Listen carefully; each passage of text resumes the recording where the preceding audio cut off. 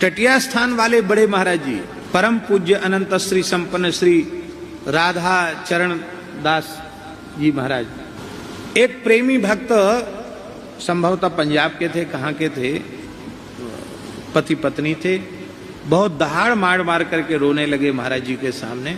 आपके शरणागत हैं, बचपन से आ रहे हैं, अब उम्र हो गई हमारी, एक ही अभिलाषा है, एक बार जुगल का दर्शन हो जाए, गुरुदेव आप कृपा करो। महाराज जी पता नहीं किस मस्ती में थे, बोले चले हो जा बरसाने, चले हो जा मोर कुटी पे, तो ये श्यामा श्याम के प्रत्यक्ष दर्शन होंगे। ठाकुर जी परीक्षा भी ऐसी लेते, जगह जगह उनको इतनी परेशानी हुई कि रात्रि को 10 बजे पहुंचे वो बरसाना। और इधर गहवर वन में एक चिकसोली के बालक थे, विप्र बालक थे, दोनों भाई भाई थे, एक का नाम था सीताराम जी और एक का नाम था केशव जी। तो केशव जी तो बनते थे श्री जी का स्वरूप और सीताराम जी बनते थे ठाकुर जी का स्वरूप। सीताराम जी बड़े थे, केशव जी छोटे थे। तो सीताराम जी का तो शरीर अभी नहीं है, पर केशव जी अभी भी हैं।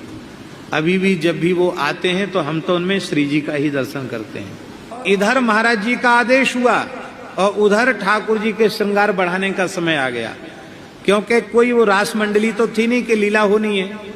वहां तो संत अपने भाव की रक्षा के लिए ब्रजवासी बालकों का श्रृंगार करके 2-4 महावाणी जी के पद गा लिए, कोई रसकाचार्य के पद गा लिए, आरती कर ली, ठाकुर जी को श्रृंगार भोग धरा दिया, संतों की उपासना हो गई।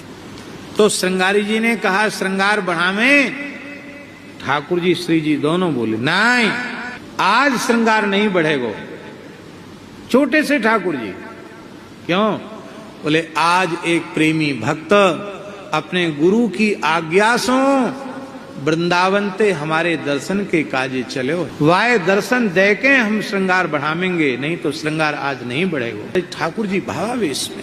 और 10 बजे के करीब वो उधर से पहाड़ चढ़ के मोरकुटी पहुंचे और इधर से ठाकुर जी श्री जी ब्रह्मचारी जी के कुआं से दौड़ लगाई ठाकुर जी ने, मेरो भक्त आयो, मेरो भक्त आयो, मेरो भक्त आयो। उस प्रेमी को साक्षात रास विहारी के रूप में युगल का दर्शन हुआ। आंसुओं की भेंट चढ़ाई, और तो क्या भेंट होगी। ठाकुर जी ने शीश पे हाथ पधराया और संतों ने उस घटना को प्रत्यक्ष देखा। ठाकुर जी श्री जी को लेके आया गया और इसके बाद ठाकुर जी भावावेश में। आरती के बाद ठाकुर जी पौड़ गए, श्रृंगार में ही पौड़ गए। फिर धीरे धीरे